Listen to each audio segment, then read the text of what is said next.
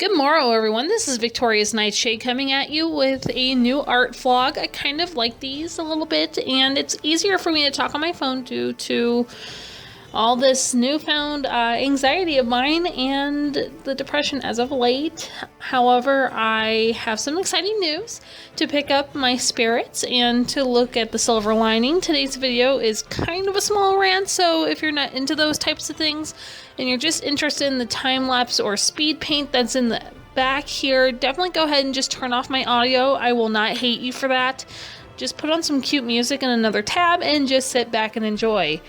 Now, today's topic is basically about materials and how they do not make the artist, or they do not make the art. While I just want to say that people have their own preferences, and what I mean by that is that you don't need the best of the best to make this work.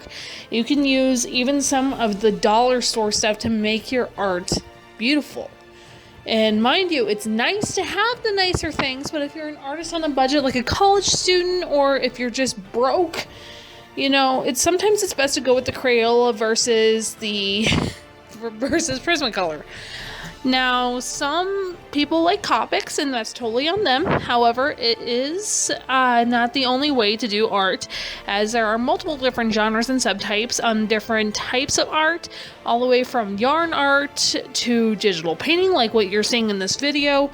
However, if you wish to go for the quote-unquote marker route, which seems to be the most popular from what I've seen, at least where I live, you have a few other options such as Blick Arts, marker set. Even though they are not considered as great as Copic, you can actually use them and learn how to use them like you can a Copic marker, and that's actually a really good price for those who are on a budget, or if you have like art classes, so on and so forth, that you would like to go ahead and see what you can make. Like, you don't have to buy a marker at $7 a pop. While sometimes it's good to collect them one at a time, I'm just gonna say it right now, I'm a cheapskate, and I am not one to buy expensive art products, and that's something that, yes, my art does kind of suffer for. However, I am willing to make the best that I can on my budget. I tend to use Crayola, and that's, elementary. And, when it comes to traditional art, I don't like using markers, but I'll use Prismacolor, or I'll use not Prismacolors, that's actually going into my next point here. I actually like using Crayola. Me personally, when I draw in traditional medium, I know that a lot of people like color marker brand called Prismacolors.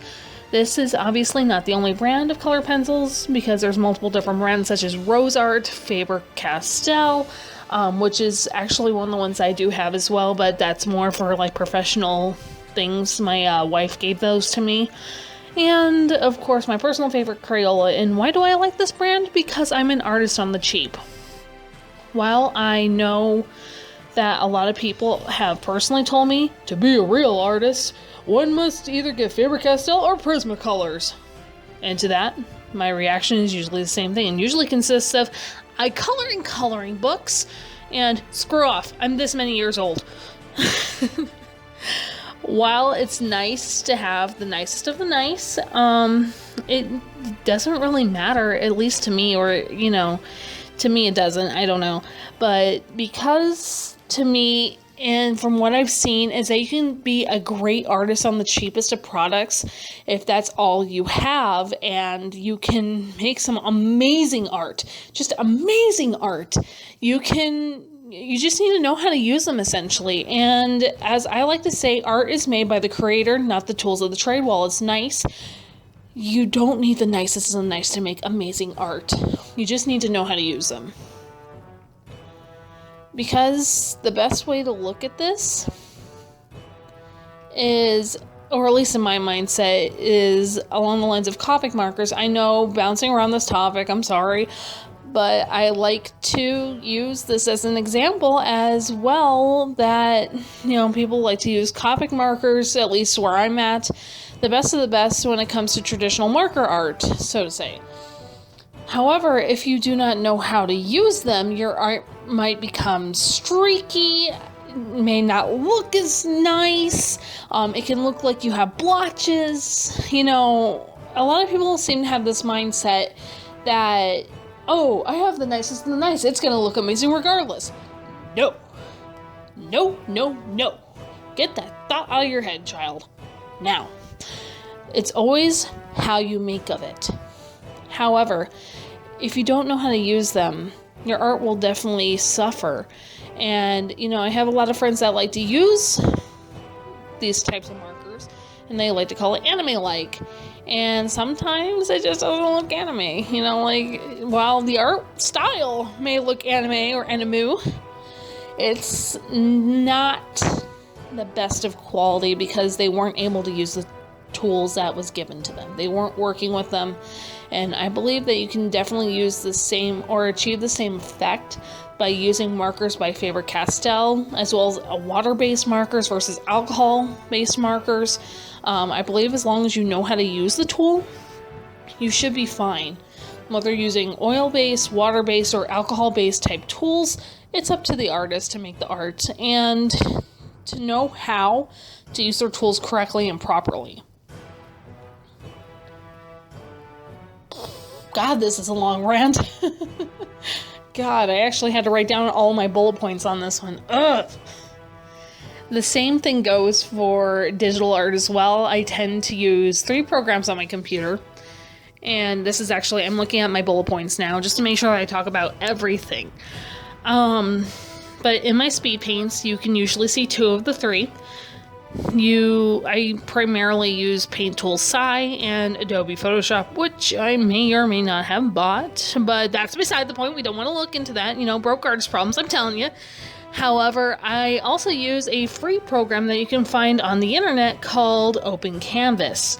I usually use that to sketch out skeletons of the characters if I'm working on a computer instead of just sketching traditionally first.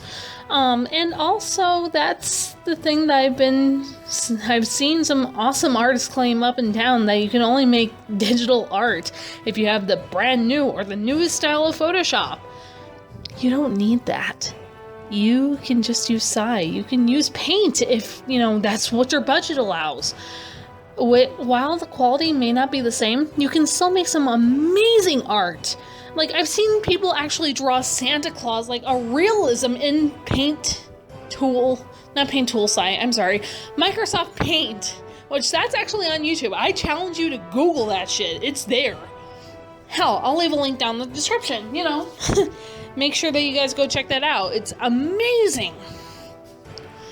I mean, you know, but you also have people who, you know, look at different tools that produce the art as well, like how to work on a computer without using a mouse. This leads me to my last topic here, I believe. I'm actually looking at my computer now. I think that's my last thing here. But you know, a lot of people, at least on my DeviantArt as well as my YouTube, those who watch my art videos, they know that I have a tablet. However, the one thing that you guys don't know is that my grandparents gave this to me when I was in middle school. I was in 8th grade. And it's a Wacom Bamboo tablet, and, you know, it's the model number MTE-450. Mind you, this thing is over 10 years old, and I can still use it like a dream. While it's often common to get the most expensive tablet, like $700 and up, from Bamboo, from Wacom, it's not needed. Normally, if you can get them secondhand, or even, you know, older one, if it's in excellent condition when you buy it, just make sure that you take a look at it. If you can, look at the reviews of the person who's selling it, making sure that, you know, it's still okay, that it has the pen, because mind you, some of the older tablets, they don't exactly have the pens anymore, so that's a thing. Trying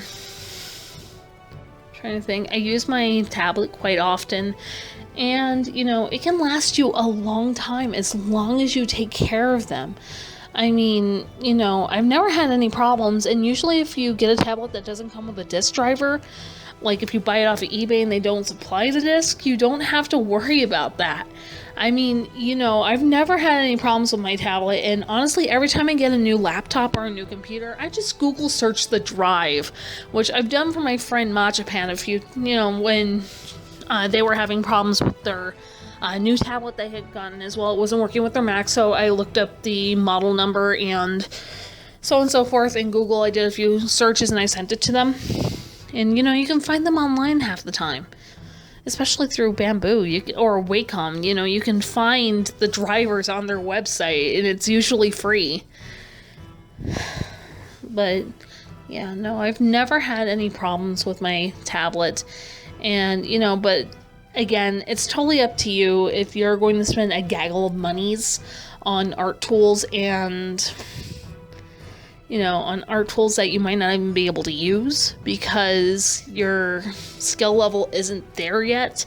I definitely suggest taking a look at what you can do, like work-wise, like what you can practice with, so on and so forth.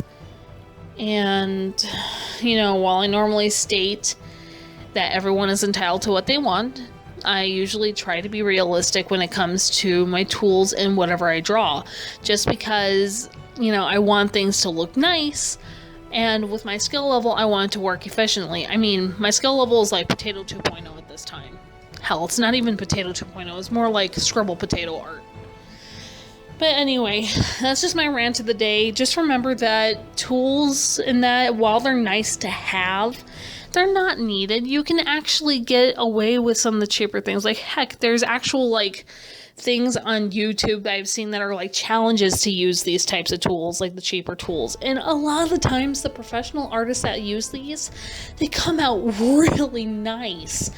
But anyway, thank you guys for watching. The speed paint is still going. And, you know, I'll just put some music so you guys can relax to it. Just continue watching, and you know what? Have a great night. Thank you, and please subscribe if you liked.